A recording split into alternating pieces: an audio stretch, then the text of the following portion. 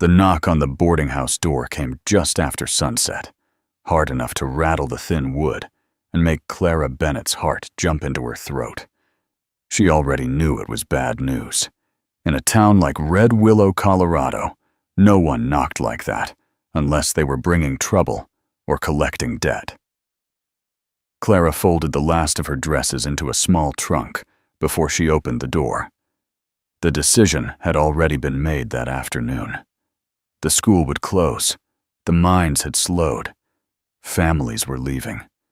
There were only 5 children left in her classroom, and 5 did not justify her wages. The town council had spoken kindly, but kindness did not pay rent. When she opened the door, Mr. Abernathy from the council stood there, with his hat in his hands and regret in his eyes. "I'm sorry, Miss Bennett," he said softly. "And you have until Sunday." She nodded once. She did not cry. She did not beg. "I understand," she answered. He left quickly, as if her calm dignity made it worse. Clara closed the door and leaned against it. The boarding house hallway was quiet. The other tenants had already begun avoiding her gaze. A jobless woman in a struggling town was a reminder of how close they all were to the same fate. She had arrived in Red Willow 2 years earlier with a teaching certificate, a suitcase, and a belief that she could make a difference. She believed children needed stories and structure, and someone who saw more than their rough hands and dusty boots. Now she had 3 days before she would have no income and no place to sleep. Her parents were gone. No brothers, no husband, no land. Only pride. Outside, the wind moved across the prairie in long, lonely gusts. It carried the smell of coming rain. A second knock came, deeper, firmer. Not from the council. Clara straightened. When she opened the door again, the hallway seemed to shrink around the man standing there. Jacob Turner filled the doorway without trying. Tall, broad, shoulders built by years of ranch work, dark coat still dusty from the trail. His hat cast a shadow over eyes that were sharp and steady and impossible to ignore. Everyone in 3 counties knew Jacob Turner, owner of Turner Ranch, the largest cattle spread in southern Colorado. A man who negotiated with railroad men without blinking. A widower for 4 years. Father of 2 boys no one could control. He did not remove his hat. "Miss Bennett," he said in a low, even voice. May I have a word?" Her fingers tightened around the edge of the door. "It's late, Mr. Turner." "It won't take long." There was no rudeness in him, only certainty. She stepped aside. He entered the small hallway, bringing with him the scent of leather and wind and open land. He removed his gloves slowly, studying the worn wallpaper, the narrow staircase, the oil lamp that flickered too weak for comfort. "I heard about the school," he said. "News travels quickly." "It does." Silence stretched between them. Clara crossed her arms lightly. "If you've come to offer charity, I will save you the trouble." His eyes lifted to hers fully then, and something in his expression shifted. "I have not come to offer charity." "Then why are you here?" He inhaled once, steadying himself. "I need a mother for my sons," he said plainly. "And you need shelter." The words struck like cold water. For a moment she thought she had misunderstood. "I beg your pardon. My boys," he continued calmly. "Ethan is 9. Caleb is 7. Since their mother passed, they have grown wild, angry. They fight. They refuse instruction. They chase off every housekeeper I hire." Clara stared at him. "And that concerns me because I have watched you with the children in town," he said. "You do not scare easy. You do not raise your voice without reason. You see what is underneath their trouble. And you think I can fix your sons. I think they need someone who will not give up on them." She let out a breath that trembled despite her effort to stay steady. "You are proposing marriage," she said quietly. "Yes." Her pulse pounded in her ears. "This is not a joke." "No." "This is not romantic." "No." Her throat tightened. "You do not love me." He did not hesitate. "No." The honesty was almost cruel, yet it steadied her. "And I do not love you," she replied. "I know." Outside, thunder rolled far across the plains. "You would have your own room," he continued. "Authority over the household, financial security, respect, my name. In return, you would guide my sons, care for them, or be their mother. You speak of marriage like a business agreement." "It is," he said simply. Clara turned away from him and looked at her trunk on the bed upstairs, half packed. 3 days. After that, she would have nowhere. Pride did not build fires. Pride did not buy bread. "And if I refuse?" she asked. "Then I wish you well," he said. "But winter will not." The words were not a threat. They were truth. She faced him again. "Why me?" "Because you stayed after school to help children who could not pay fees," he answered. "Because you mended coats without telling anyone. Because when Thomas Reed broke a window, you did not strike him. You made him help fix it." She swallowed.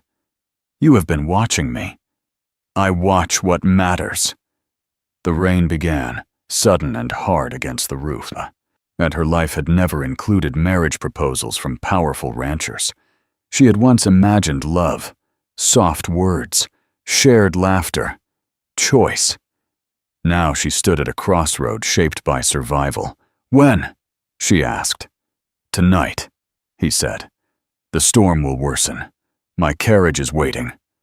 Her heart raced so loud she wondered if he could hear it. "If I agree," she said carefully, "I will not be decorative. I will not be ignored. If I mother your sons, I will truly mother them." A flicker moved through his eyes. Not anger, not doubt. Respect. "I would expect nothing less." The decision rose inside her before fear could stop it. "I will do it," she said. The words changed everything. He nodded once, as if sealing a contract. Within an hour, Clara Bennett left the boarding house with one trunk and no certainty about the future. The Turner Ranch appeared through sheets of rain like a fortress against the dark. Wide porches, strong beams, lanterns glowing in high windows. It stood solid against the storm, untouched by the weakness that had chased her from town. 2 boys waited in the main hall. Ethan stood straight, already tall for his age, jaw set in challenge. Caleb hovered behind him, smaller, curls falling into guarded eyes. Jacob removed his coat. "Boys," he said evenly, "this is Miss Bennett." "She ain't our teacher," Ethan muttered. "No," Jacob replied. "She is your mother now." The word fell heavy. Caleb stepped backward. Ethan did not move. "You can't just replace her," Ethan said, voice tight. Clara knelt so she was eye level with him. "I am not replacing anyone," she said gently. "Your mother belongs to you, always." "I am simply here." Ethan studied her with open doubt. "You won't last," he said. The challenge was clear. The first morning proved him nearly right. Ethan refused breakfast. Caleb spilled milk on purpose. When Clara attempted reading time, Ethan walked out. When she followed him to the barn, he kicked a bucket hard enough to dent it. "I don't have to listen to you," he said. "You do," she answered calmly. "Not because I demand it, but because your father asked me to guide you. You married him for money." The word stung more than she expected. "I married him because I believed this family deserved a chance." He laughed without humor. Caleb wet the bed that night and cried quietly, ashamed. Clara cleaned it without scolding. She sat beside him until his breathing steadied.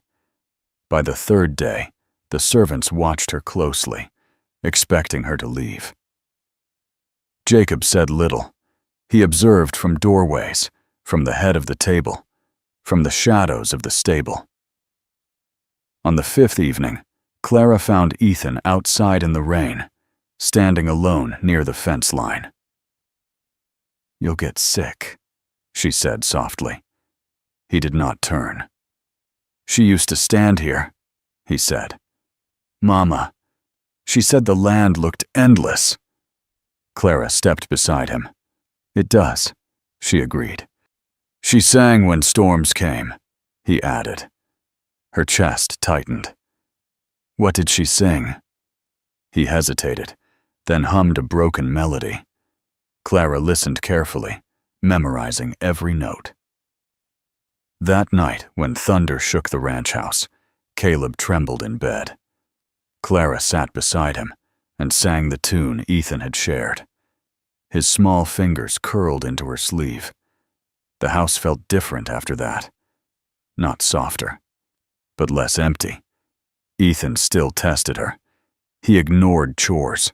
He slammed doors. He muttered that she would leave like the others. Instead of anger, she gave him work. Real work. Fixing fences. Feeding horses. Building shelves. "Strength grows when you use it," she told him. Slowly, resistance turned into effort. Jacob noticed. Weeks passed. Laughter began to return in small bursts. Caleb started asking her to braid his curls out of his eyes. Ethan began lingering during reading hour, pretending not to care. One evening at supper, Ethan asked if she would attend his writing lesson. "I would be honored," she said. Jacob looked at her across the table, something unreadable in his expression. This marriage had been formed from necessity, from survival. Yet something quieter was taking root. Clara no longer felt like a guest in the house, and Jacob no longer felt like a stranger across the table. But neither of them spoke of it. Outside, the prairie stretched wide and uncertain. Inside, a fragile beginning had formed, and none of them yet understood how fragile it truly was. The first real trouble came in the early spring, when the snow melted too fast and the river began to rise.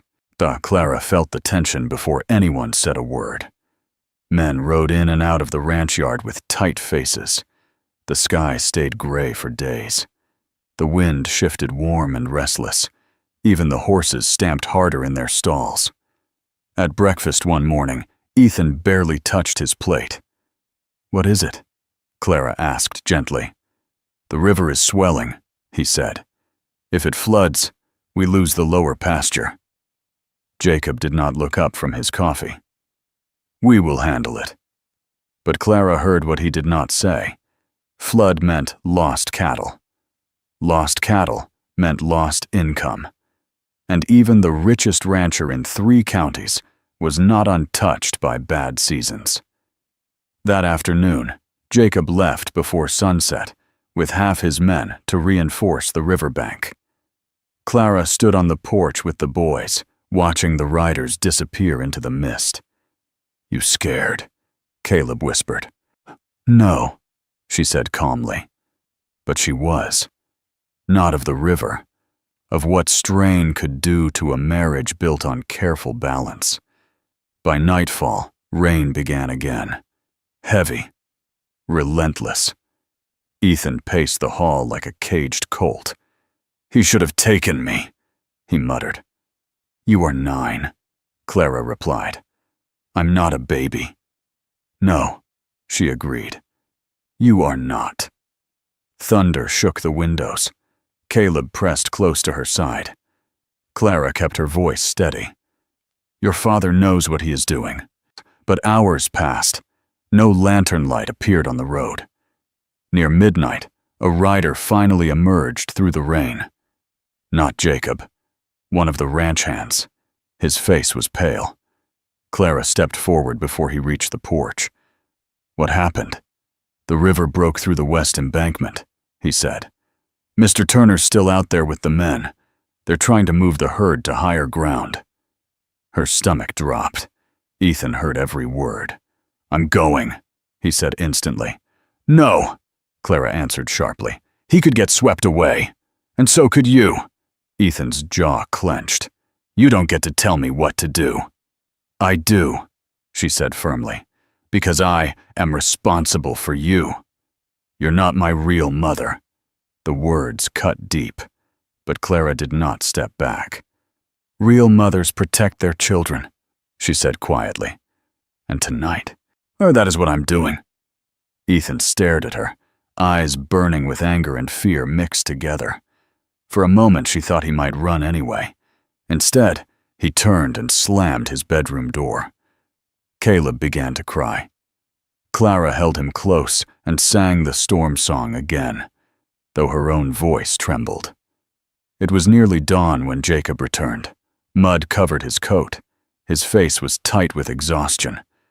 But he was standing. Clara met him at the door before he could even remove his gloves. "You're hurt," she said, seeing the cut along his forehead. "It's nothing."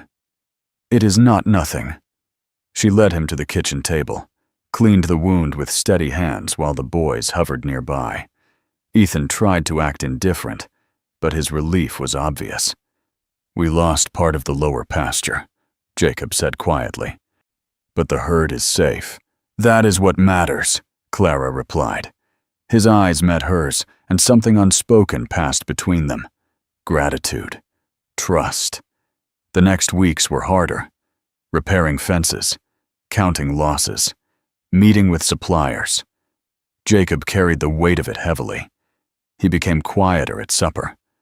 More distant in the evenings. Clara felt the change like a shift in the air before another storm. One night, after the boys were asleep, she found him alone in the study staring at account books. "You don't have to carry this alone," she said. He did not look up. "It is my responsibility." "It is our ranch," she corrected softly. That made him pause. "Our," he repeated. "Yes." He leaned back in his chair, rubbing a hand over his face. "I made a practical decision when I married you," he said. "I thought I was solving one problem. I did not consider what would happen if I began to care." Her breath caught. "You regret it." "No," he said immediately. Silence filled the room. "I'm not used to sharing burdens," he admitted. "You are not alone anymore," she said. The words felt dangerous, because they were true. But the valley had begun whispering again. At church the following Sunday, Clara felt the stares. Women who once greeted her warmly now nodded with thin smiles. "She married up quickly," someone murmured just loud enough to hear. "For shelter," another replied. Clara kept her back straight. Ethan heard too. On the ride home, he was unusually quiet. That evening, he burst into the kitchen, fists clenched. "Billy Harper said you trapped Pa," he said angrily. Said you just wanted his money." Clara set down the flour she had been sifting. "And what did you say?" Ethan hesitated. "I punched him." Jacob, who had just entered, stiffened. "You what?" "He was lying," Ethan shot back. Jacob's voice turned stern. "Violence solves nothing." "He insulted her." The words hung heavy. Clara looked at Ethan carefully. "You defended me," she said. His cheeks reddened. He was wrong. Jacob studied his son in silence. Then he said something Clara did not expect. "Your mother would have been proud that you stood for someone," he said quietly. "But she would also expect you to stand with control." Ethan swallowed. Clara saw it then. The shift. He no longer saw her as temporary. He saw her as part of his world. Later that night, as she folded laundry, Jacob approached her slowly. "You have earned more than I anticipated," he said. What does that mean? My sons would fight for you. Her throat tightened. They do not need to fight, she replied. They only need to feel safe. He stepped closer than usual. And do you feel safe here? She looked at him honestly. Yes. The word carried weight, because she had not expected it to be true. Days warmed into early summer. The ranch began to heal. Grass grew back over damaged land. At the river calmed. Laughter echoed more often. But peace rarely lasts long in a place shaped by wind and hardship.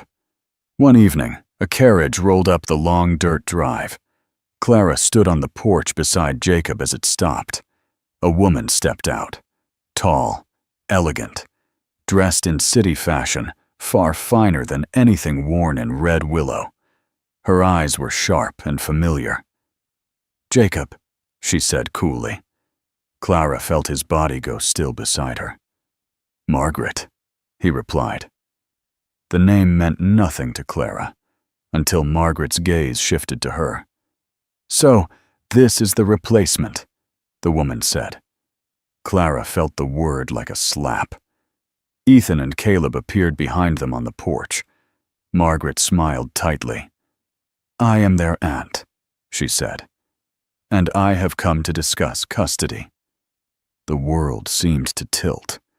Jacob's jaw hardened. Darn, that was settled years ago. It can be reopened, Margaret replied smoothly. Especially if I argue that my nephews are being raised by a woman who married their father for convenience. Clara's heart pounded. The whispers, the rumors, weaponized. Margaret stepped closer. I have resources, Jacob. Lawyers, influence, a proper home in Denver. Ethan moved closer to Clara without realizing it. Jacob's voice turned cold. My sons are not for negotiation. Margaret's eyes flicked to Clara again. We will see.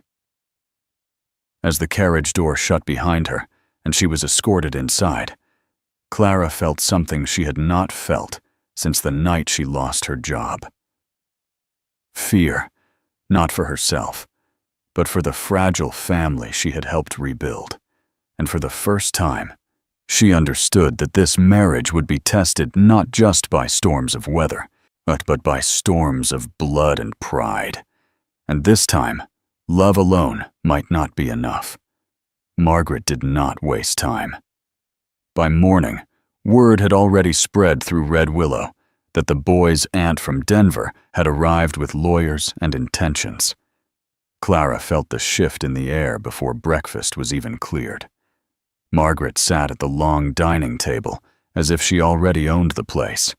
Her posture was straight, her gloves placed neatly beside her plate, her eyes sharp and measuring. I only want what is best for my nephews, she said smoothly. Ethan's fork scraped loudly against his plate. You don't even know us, he muttered. Margaret ignored him. A proper education, a cultured environment, stability, she continued. Not this rough ranch life. Caleb's small hand slipped into Clara's. Clara squeezed back gently. Jacob's voice was calm but firm. They have stability. From a schoolteacher who lost her position? Margaret replied. The insult landed exactly where she intended. Clara felt heat rise in her chest, but she did not react. She had learned that storms grow stronger when fed. Margaret continued. I will be filing a petition. The court in Denver will consider my claim. Ethan stood abruptly. You can't take us, he said, voice shaking. Margaret smiled in a way that did not reach her eyes. We will let the judge decide. That night, after the boys were asleep, Clara stood alone on the porch. The prairie stretched wide and quiet under the moonlight. Jacob joined her. This is my fault, he said quietly. I underestimated her. You did what you believed was right, Clara answered. She will attack your character, your past, your reasons for marrying me. Clara looked out across the dark fields. Then we tell the truth, she said. And if the truth is not enough. She turned to him fully. Do you regret marrying me? His answer came without hesitation. No. Then we stand together. The court hearing was set for 2 weeks later in Colorado Springs. 2 weeks filled with whispers. 2 weeks of townspeople watching. 2 weeks of Ethan trying to act brave and failing. One evening, Clara found him in the barn, sitting alone in the hay. She's going to take us, he said. No, Clara replied gently. She has money. Fancy words. We just have this. This, Clara said softly, sitting beside him, is a home. He looked at her. You'd let us go if the judge said so. Her heart cracked at the thought. I would never stop fighting for you, she said, but I would never make you choose between people you love. Ethan's voice broke. I choose you. The words were small, but they carried everything. The day of the hearing arrived cold and clear. The courtroom felt tight and heavy. Margaret stood with her lawyer, polished and confident. Jacob stood tall beside Clara. When it was her turn to speak, Margaret painted a careful picture. A wealthy, educated aunt offering refinement. A widowed father who had rushed into marriage with a desperate woman in need of shelter. Clara felt every eye in the room. Then Jacob was called. I married Miss Bennett because my sons needed guidance, he said steadily. But she became more than that. She became the heart of my home. Margaret's lawyer leaned forward. So you admit the marriage was originally practical? Yes, Jacob said calmly, but love does not always begin loudly. A murmur moved through the courtroom. Then Clara was called. She stood, hands steady at her sides. Why did you marry Mr. Turner? The lawyer asked sharply. Because I needed shelter, she answered honestly. The room stirred. And because his sons needed someone who would not leave. She looked at the judge directly. I did not replace their mother. I honored her. I did not marry for wealth. I married for purpose. I stayed because I chose to stay. Her voice did not shake. They are not wild boys in need of rescue. They are kind, strong children healing from loss. And I love them. The word filled the room. Love, not strategy, not shelter. Love. The judge leaned back, thoughtful. Then something unexpected happened. Ethan stood. No one had called him. May I speak? He asked. The courtroom went silent. The judge nodded carefully.